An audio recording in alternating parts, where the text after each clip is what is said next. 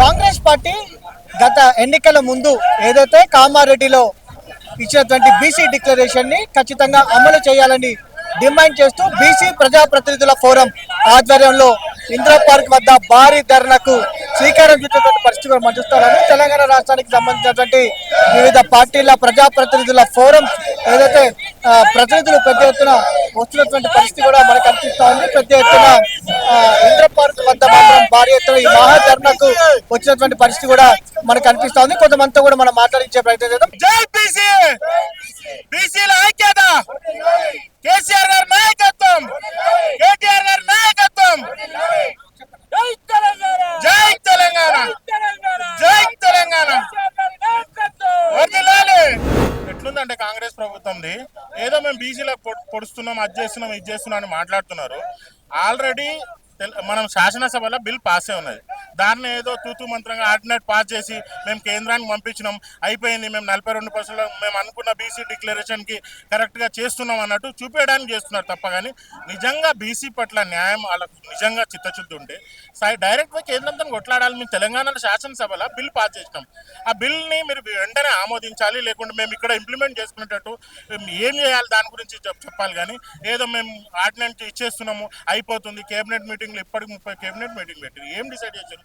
ఇప్పుడు కాంగ్రెస్ ప్రభుత్వం ఎట్లుందంటే ప్రజలే చెప్తున్నారు. 6 గ్యారంటీలు అన్నారు, ఇప్పటివరకు ఏం చేశారు? ఏ గ్యారంటీ చేయలేదు. మైనార్టీ డిక్లరేషన్ అన్నారు, మేము ఒక మైనార్టీ కార్పొరేటర్గా చెప్తున్నాము. అసలు ఇంతవరకు అంటే 18 నెలల ఒక మైనార్టీకి మినిస్టర్కి అర్హులు లేడా తెలంగాణలో? అంటే వీళ్ళు చేసే మైనార్టీలకు న్యాయం మీద మైనార్టీ బీసీ మైనార్టీకి అడుగుతున్నాం. మేము ఇప్పుడు బీసీలకు అడుగుతున్నాం, బీసీ మైనార్టీ. అంటే మీకు బీసీ మైనార్టీ దొరకలేదు, ఓసీ మైనార్టీ దొరకలేదు. ఏ కులానికి వీళ్ళు న్యాయం చేస్తున్నారు? చెప్తేనేమో మాటలు రాహుల్ గాంధీ గారు అక్కడ ఉండి మేము అన్నీ చేస్తాం, అన్ని కులాలను ఆదుకుంటాం, అన్ని మతాలను ఆదుకుంటాం, అన్నీ చేస్తామని. కేవలం వీళ్ళది ఎట్లా అంటే పాంప్లెట్లకు, హంగామాకు చూపెట్టడానికి ఉంది. కానీ కాంగ్రెస్ ప్రభుత్వంది నిజంగా చిత్తశుద్ధి అంటే ఇప్పుడైనా బీసీలు ఇక్కడ వచ్చిన జనాలు, ధర్నా చౌక్లో వచ్చిన జనాలను వీళ్ళని చూసైనా నేర్చుకొని బుద్ధి తెచ్చుకొని ఇప్పుడైనా నిజంగా వచ్చి క్షమాపణ చెప్పి బీసీలకు న్యాయం జరిగేటట్టు చర్య తీసుకోవాలని కోరుకుంటాం.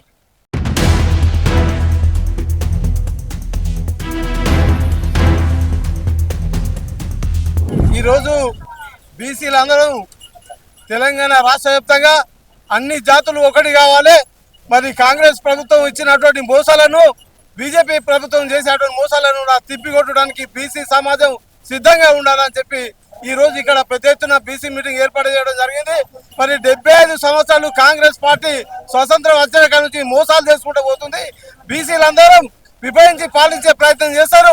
అన్ని పార్టీలు కూడా ఎవరిని కూడా మోసం చేసేటువంటి దమ్ము ధైర్యం లేకుండా బీసీలు ఐక్యమతంగా ముందుకు వచ్చినందుకు మరి మంత్రి పక్షాన, మరి గౌరవనీయులు మాజీ ఎమ్మెల్యే పుట్టమదన్న పక్షాన ప్రజలందరూ ఐక్యమతంగా ఉండాలని చెప్పి ఈ సందర్భంగా తెలియజేస్తున్నాం.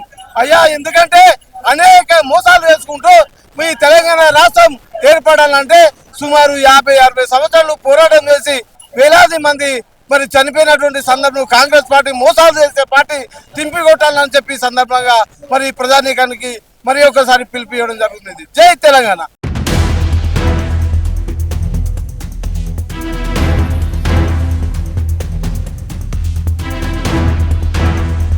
గత చంద్రబాబు నాయుడు హయాంలో ఉమ్మడి రాష్ట్రంలో దళితులకు ఏ విధంగా అయితే ఇదే ఆర్డినెన్స్ వల్ల ఎస్సీ రిజర్వేషన్ చేశారో, మరి అదే సేమ్ ఇదే బీసీకి 42% అని చెప్పి ఇప్పుడున్న గత ప్రభుత్వం చంద్రబాబు నాయుడు దాంట్లోనే పోతుంది. ఎందుకు అంటే ఇందులోనే ఎవరో ఒకరు కేసేస్తే ఈ యొక్క 42% ఆగిపోతుంది. నేను మాత్రం 42% ఇచ్చినా మీరు కొట్లాడుకొని మీరు కేసులు వేసుకుంటే మరి మేమేం చేస్తామనే నినాదము తప్ప ఇది వేరేది బీసీలకు న్యాయం చేసే నినాదం కాదు. బీసీలని ఏదో విధంగా తప్పుదో పట్టేయడానికి ఈ యొక్క 42%. కాంగ్రెస్ పార్టీ బీసీలని మళ్ళీ పచ్చి మోసం చేయడానికి ప్రయత్నం చేస్తూ ఉంది. దాన్ని మేము తీవ్రంగా ఖండిస్తున్నాం. ఎందుకంటే గతంలోనే అసెంబ్లీలో 2 బిల్లు చేసి గవర్నర్ ద్వారా రాష్ట్రపతి పంపించిన తర్వాత ఆర్డినెన్స్ అనేది పచ్చి అబద్ధం, అది చెత్త కాగితం. అసలు అది చెల్లదు. కానీ ఏదో కేవలం ఎన్నికలు పెట్టాలన్న ఉద్దేశం లేదు, బీసీలకు 42% రిజర్వేషన్ అన్న ఉద్దేశం లేదు. ఇది పచ్చి మోసం చేస్తున్నారు. కాబట్టి రేవంత్ రెడ్డికి ఖచ్చితంగా బీసీలందరూ కలిసి రాష్ట్రంలో పాతరేస్తారని చెప్పి నేను ఈ సందర్భంగా హెచ్చరిస్తాను.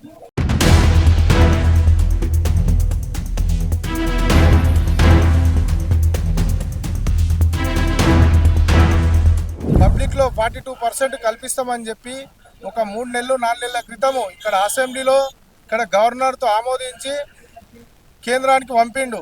కేంద్రానికి పంపినంత మాత్రాన అది అయిపోదు. మీ 100 మంది ఎంపీలు ఉన్నారు. 100 మంది ఎంపీలు పోయి బీజేపీని మెడలోంచి తెలంగాణకు 42% మేము బీసీలకు రిజర్వేషన్ ఇస్తామని చెప్పి అప్పుడు వాళ్ళతో ఆమోదించి రాష్ట్రపతితో ఆమోదించబెట్టి ఇక్కడ పంపిస్తేనే అప్పుడు మీరు 42% తెలంగాణ ప్రజలకు బీసీలకు మీరు న్యాయం చేసినట్లు కనిపిస్తుంది. అదేవిధంగా చాలా రాష్ట్రాలు ఇంతకుముందు మీలా చాలా మంది చేసిండ్రు. కాబట్టి అది ఎక్కడ కూడా ఇది కాలే. ఓన్లీ ఒకే ఒకటి తమిళనాడులో జయలలిత ఆమె సెంటర్ను మెడలుంచి అప్పుడు ఉన్న మన పివి నరసింహారావు గారి సహకారంతో 69% ఓన్లీ ఇప్పుడు తమిళనాడు తప్పితే ఏ రాష్ట్రంలో కూడా లేదు.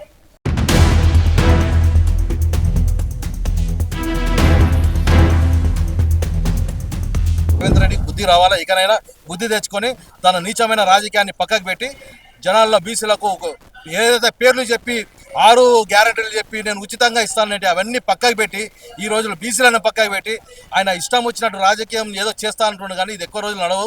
ప్రజల్లో కళ్ళు తెరుచుకుని చూస్తున్నారు. అది గుణపాఠం చెప్పే రోజులు వచ్చింది. అతి త్వరలో ఈ గవర్నమెంట్ పడిపోబోతుంది. ఇది మనం అందరం చూడబోతున్నాం. కాంగ్రెస్ ప్రభుత్వము ఎలక్షన్స్కు ముందు కామారెడ్డి లోపల బీసీ డిక్లరేషన్ చేసింది. ఆ బీసీ డిక్లరేషన్ లోపల తెలంగాణ రాష్ట్రం లోపల బీసీలకు 42% రిజర్వేషన్ కల్పిస్తాం చట్టబద్ధతతోనే అని చెప్పడం జరిగింది. కానీ ఈరోజు ఒక 3 నెలల క్రితము అసెంబ్లీలో బిల్ పాస్ చేసి గవర్నర్ ఆమోదం పొంది అక్కడ కేంద్ర ప్రభుత్వానికి పంపడం జరిగింది. కానీ కేంద్ర ప్రభుత్వం దగ్గర ఒత్తిడి చేసి అక్కడ బిల్లును పాస్ చేసి చట్టబద్ధత కల్పించకుండా తీరా 3 నెలల తర్వాత ఈరోజు ఒక ఆర్డినెన్స్ తేవడం జరిగింది. మరి ఆ ఆర్డినెన్స్ తేవడంతో న్యాయంగా బీసీలకు 42% రిజర్వేషన్ అమలయ్యే అవకాశాలు కనిపించడం లేదు. ఎందుకంటే ఈ ఆర్డినెన్స్ అనేటువంటి కోర్టులకు వెళ్ళినప్పుడు న్యాయస్థానాలు వీటిని తిరస్కరించే అవకాశం ఉంది. కాబట్టి మీరు ఏం చేసినా బీసీ రిజర్వేషన్ చట్టబద్ధతతో చేయాలనే ఉద్దేశంతో ఈరోజు ఇక్కడ ధర్నా చేయడం జరుగుతుంది.